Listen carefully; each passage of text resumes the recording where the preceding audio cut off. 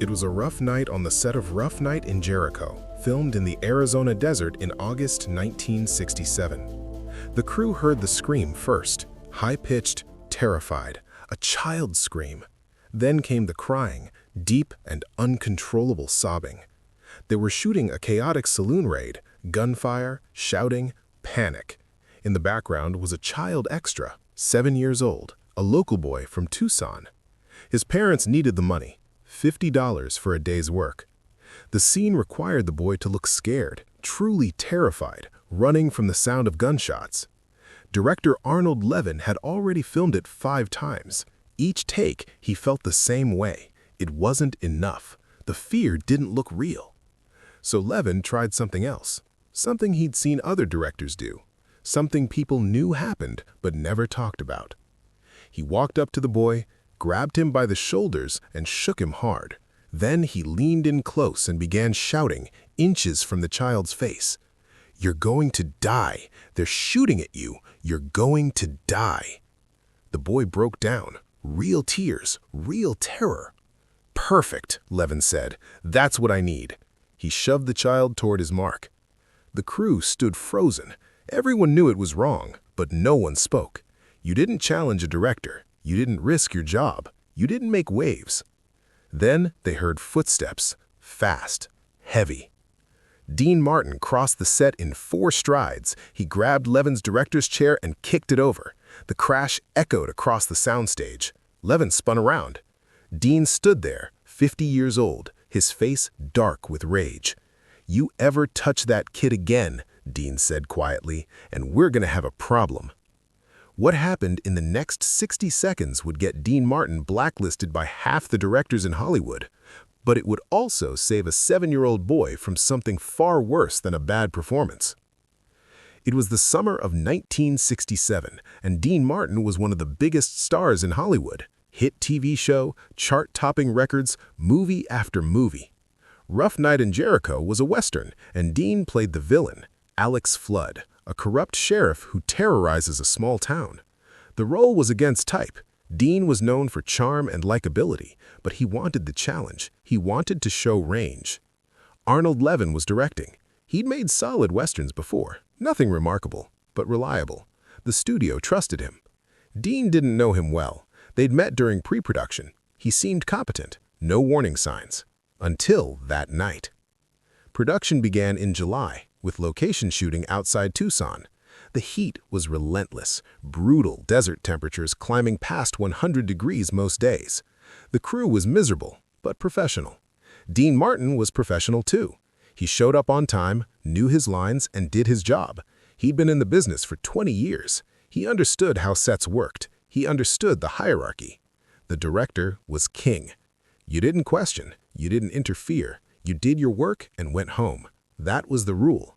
Dean had followed it his entire career until August 12, 1967. That day, they were filming a raid on the town saloon. Gunmen burst in, shots fired, furniture splintered. Patrons screamed and scattered. Total chaos. The scene required a lot of extras, men, women, and children to sell the illusion of a real town in panic.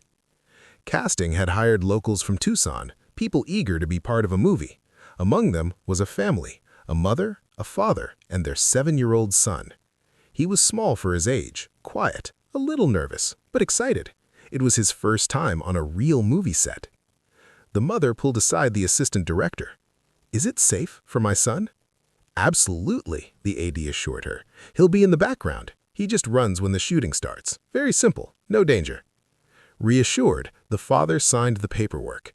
The boy was fitted for a costume, 1870s period clothing, oversized but acceptable. He was deep background. No one would be looking at him closely. They placed him near the back of the saloon and gave him simple instructions. When you hear the gunshots, look scared and run toward the door. That was it. Easy. The boy nodded. He understood. First take. Action. The gunman burst in, blanks fired, loud, sharp cracks echoing through the set. The boy ran. But he wasn't scared. He was smiling. He was thrilled. He was in a movie. Cut! Arnold Levin watched the playback. It wasn't working. The kid's face is wrong. He looks happy. He needs to look terrified. Let's go again." Second take. Same result. The boy ran, eyes wide with excitement, a grin breaking through.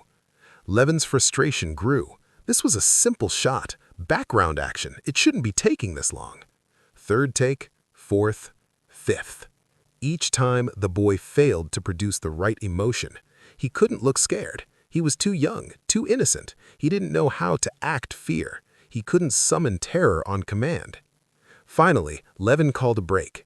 He pulled the boy aside and knelt down to his level. "Listen," he said, "when the shooting starts, you need to look really scared, like you think you're going to die. Understand?" The boy nodded. But when they ran the take again, nothing changed. Excitement still flickered across his face, not fear. Arnold Levin snapped. He'd been shooting for 10 hours. The desert heat was crushing. The scene was dragging, burning time he didn't have. He needed the shot. He needed to move on. Levin marched over to the boy, grabbed him by the shoulders, and locked eyes with him. "You're going to die," he shouted. "Do you understand? Those men are going to kill you. You're going to die right here." The boy's eyes went wide. He wasn't ready for this, for a grown man grabbing him, screaming in his face. Levin shook him hard. The boy's head snapped back and forth. "They're shooting at you. You're dying. Feel it." The boy broke.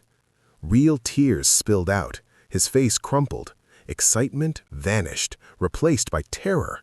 He began to shake, sobbing uncontrollably. Levin released him and stepped back. "Perfect," he said. "That's the emotion. Now run to your mark." The boy didn't move. He was frozen, too scared, too overwhelmed. Levin shoved him. "Go!" The boy stumbled toward his position, still crying, still terrified. The crew watched in silence. This wasn't the first time they'd seen something like this. Directors did it sometimes, especially with children, especially with extras. It was a method. Controversial, unpleasant, but effective. If you wanted real emotion, you created real emotion. Nobody liked it. Nobody stopped it. That was how the industry worked. The boy's parents weren't on set. They'd stepped away to get lunch, leaving their son with the crew, with professionals, trusting he'd be safe. They had no idea what had just happened. No one told them. Dean Martin was in his trailer half a mile away, resting between scenes. The heat had drained him. He'd finished his shots that morning and had the afternoon off. He was lying down when he heard something, even from that distance. A child screaming, then crying. Dean sat up and listened. The crying didn't stop. Something was wrong. He stood, left his trailer, and headed toward the main set. With every step, the sound became clearer. A child was in real distress. Dean reached the soundstage and stopped at the entrance. Levin was preparing the next take. The boy stood on his mark, face red, eyes swollen, still crying, trying to stop, but unable to. Crew members moved around him without comment. No one comforted him. No one checked on him. He was treated like part of the set, another prop. Dean felt something he hadn't felt in years. Rage. Pure, unfiltered rage. He'd seen plenty in Hollywood. Mistreatment, exploitation, abuse. He thought he understood how this town worked. But not this. Dean Martin had spent his career looking the other way, staying in his lane. That was how Hollywood worked. But this was different. This was a 7-year-old child being traumatized for a shot, one that would last 3 seconds in the final cut. Dean walked onto the set. He didn't announce himself. He didn't raise his voice. He walked straight toward Arnold Levin. Levin was seated in his director's chair, eyes on the monitor, mapping out the next setup. Dean said nothing. He grabbed the back of the chair, lifted it slightly, and kicked it over. The chair slammed to the ground. Levin tumbled with it, scrambling up in shock. "What the hell?" Dean stood there, 6 feet tall, broad-shouldered, his face dark with anger. "You ever touch that kid again, and we're gonna have a problem." The words carried. The entire set went silent. Levin glanced around, expecting support, someone to step in, someone to defend him. No one moved. "What are you talking about? I'm directing. That's my job." Dean stepped closer. "Your job is to direct actors, not terrorize children." The boy was crying. He needed to access the emotion. That's how you get real performances. Dean's jaw tightened. He's 7 years old. He's not an actor. He's a kid. And you grabbed him, shook him, screamed in his face just to make him cry for a background shot? Levin's face reddened. It's called method directing, creating authentic emotion. Dean shook his head. It's called child abuse. The words hung in the air. Child abuse. No one said that in Hollywood. Not out loud. Not where people could hear. I didn't abuse anyone. I was doing my job. Dean didn't argue. He looked past him, to the boy. The child was still standing on his mark, face flushed, eyes swollen, tears streaking down his cheeks, too scared to move, too scared to stay. Dean walked past Levin and knelt beside the boy. "Hey, kid, you okay?" The boy looked up, recognizing him, Dean Martin, the movie star. He nodded, although the tears kept coming. Dean rested a hand on the boy's shoulder, calm, steady. "You did great, really great." Then he smiled softly. "But we're done for today. You don't have to do this anymore." The boy looked confused. "But the director said—" "The director was wrong," Dean interrupted. "You're done. Let's find your parents." Dean stood and turned back to Levin. "He's off this set. If you need children for this scene, hire trained child actors with their parents present, a child welfare worker, and proper protocols. This kid is finished." Levin exploded.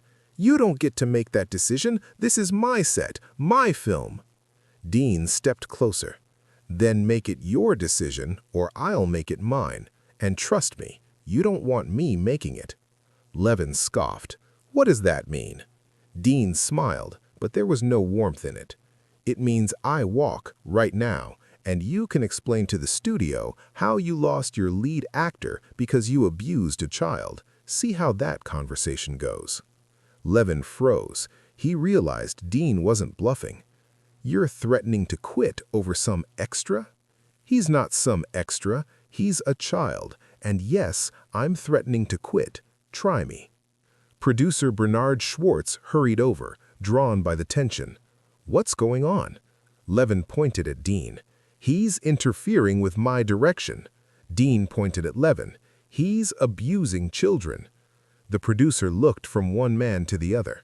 Then he looked at the boy, still crying, red-eyed, with visible marks on his arms where Levin had grabbed him. Schwartz made a calculation, a business one. Losing Dean Martin would cost millions. Replacing a child extra would cost nothing. The choice was obvious. "Arnold," the producer said carefully, "maybe we take a different approach with child actors." Levin stared at him. "You're taking his side?" The producer didn't answer. He didn't need to. Levin understood. He'd lost. Dean lifted the boy into his arms and carried him off the set. The crew watched in silence. No applause, no comments. But something had shifted. A line had been drawn. Dean found the boy's parents in the commissary, finishing lunch. They looked up and saw their son in Dean's arms, saw his tear-streaked face. The mother leapt to her feet. "What happened?" Dean gently set the boy down. "Your son had a rough day. The director pushed him too hard. He's okay, but he shouldn't go back on set." The father stood, alarmed. "How hard?" Dean hesitated, then chose honesty. He grabbed him, shook him, yelled at him to make him cry for a shot. The mother's face drained of color. "He did what?" Dean nodded. "I didn't see it happen, but I heard your son crying and came running. It won't happen again, but I don't think your son should be in that scene." The father clenched his fists. "We should sue. We should go to the studio." Dean shook his head gently. "You could, But it would be your word against a director's, and the studio would protect him. That's how this works. The mother pulled her son close. Is he hurt? Dean knelt, carefully checking the boy's arms. Bruises were already forming where Levin had grabbed him. Physically, he'll heal, Dean said softly, but he's scared, shaken. He looked at the parents. I'd take him home. Take him away from this place. Let him be a kid. The parents didn't hesitate. They agreed. Dean walked out with their son. They never returned to the set. Dean went back to his trailer, shut the door, and sat down heavily. He poured himself a drink. His hands were shaking, not from fear, but from anger. Anger at Levin, at the industry, at himself, for not stepping in sooner, for all the times he'd seen things like this and chosen to look away. A knock came at the door. Dean, the assistant director said, the producer wants to see you. Dean nodded. He expected it. He walked to the production office. Bernard Schwartz was there. Arnold Levin was there too, silent, rigid, barely containing his fury. Dean, Bernard began, what happened today can't happen again. Dean raised an eyebrow. Which part? The part where I stop a child from being abused, or the part where your director does it? Bernard sighed. Arnold's methods are unorthodox. They're illegal, Dean interrupted. In California, you can't intimidate or harm a child for any reason, not even for a movie. Bernard fell quiet. And then you threatened to quit, he said finally. Dean nodded. I did, and I meant it. If that kid had stayed on set, if Levin had touched him again, I'd walked. Bernard turned to Levin. Arnold, I think we need to be more careful with child actors going forward. Levin shot to his feet. This is ridiculous. I've been directing for 20 years. I know how to handle actors. Dean's voice sliced through the room. He's not an actor. He's a child. Learn the difference. Levin stormed out, slamming the door behind him. Bernard looked at Dean for a long moment. You made an enemy today. Dean shrugged. I've made enemies before. Bernard leaned back in his chair. The studio's going to hear about this. Directors talk. You could get blacklisted for interfering, for threatening to quit. Dean met his eyes, steady and unflinching. Then I get blacklisted, Dean said. I've got enough money, enough credits, I'll survive. But that kid wouldn't have survived what Levin was doing to him. Not emotionally, not psychologically. Someone had to stop it. Bernard nodded slowly. For what it's worth, you did the right thing, even if it costs you, even if it costs me. Rough Night in Jericho finished shooting in September 1967. Dean and Levin barely spoke after that. The tension was unmistakable. The film was released in early 1968. It did fine, nothing remarkable. But behind the scenes, word spread. Dean Martin had confronted a director. He'd threatened to walk off a production over the treatment of a child extra. Some directors admired him, saw him as principled. Others labeled him difficult, someone who didn't respect the chain of command. The consequences were real.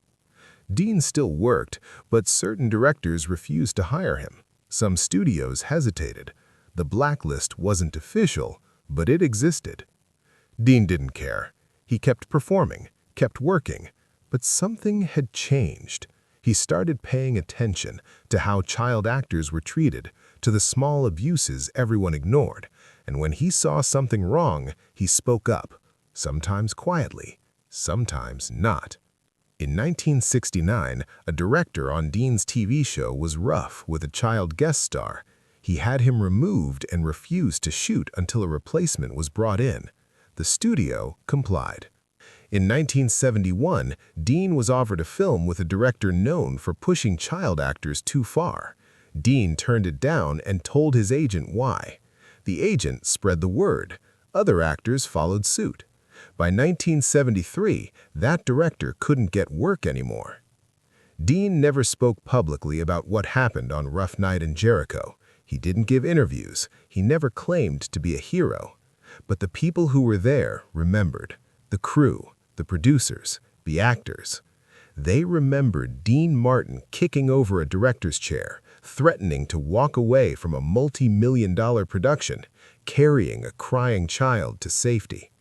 They knew something important had happened. A line had been drawn. A standard had been set. Years later, in 1985, a journalist asked Dean about child actors in Hollywood and rumors of abuse. Dean was quiet for a long moment. Then he said, "Kids don't belong on movie sets unless they're protected, really protected. Not just legally, emotionally. They're not props, they're not tools, they're children.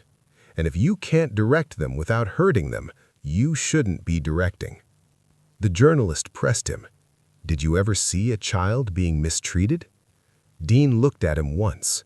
"Yes." "What did you do?" "I stopped it." "How?" Dean smiled, a sad smile, the kind that comes with painful memories. "I kicked over a chair and made some enemies." "Was it worth it?" Dean didn't hesitate. "Yeah, it was worth it." Today, Rough Night in Jericho is largely forgotten. Most people have never heard of it. But those who studied child actor protections know the story.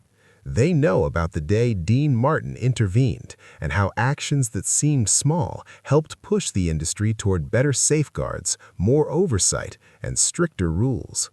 It didn't happen overnight. It took years, decades, but it started with moments like that, when someone chose to risk something to protect someone weaker.